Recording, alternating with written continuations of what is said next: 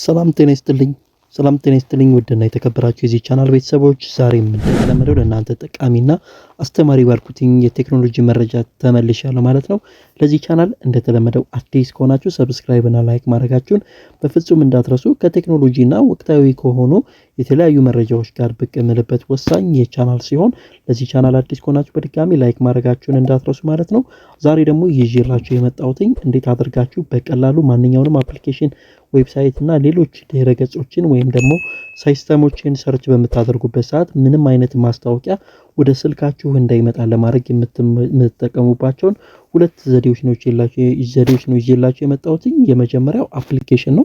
ይህንን አፕሊኬሽን ቀጥታ ስልካችሁ ላይ ከተጫናችሁት በኋላ ወይም ብሎካድ 5 ብላችሁ ወይም ደግሞ ቴሌግራም ቻናሌ ላይ አስቀምጥላችኋለሁ። ቴሌግራሜ የዚህ የዩቲዩብ ቻናል ዲስክሪፕሽን ላይ አስቀምጥላችኋለሁ።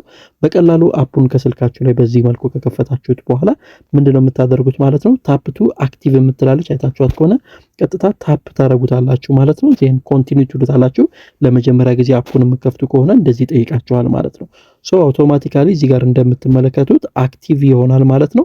ከዛ በዛን ደግሞ ይሄ አፕሊኬሽን ካልሰራላችሁ ጀስት ይሄንን ኦፍ አድርጋችሁ ትወጡና የስልካችሁ ሴቲንግ ላይ ትገባላችሁ ማለት ነው። የስልካችሁ ሴቲንግ በቀላሉ ከገባችሁ በኋላ እንዴት አድርጋችሁ ምንም አይነት ማስታወቂያ እንዳይመጣባችሁ ለማድረግ እንደምትችሉ ነው ማሳያችሁ።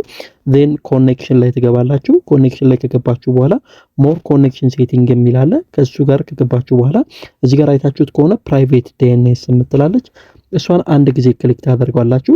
የአብዛኞቻችሁ በእርግጠኝነት ወይ ኦፍ ነው ወይም ደግሞ አውቶማቲክ ላይ ነው ያለው።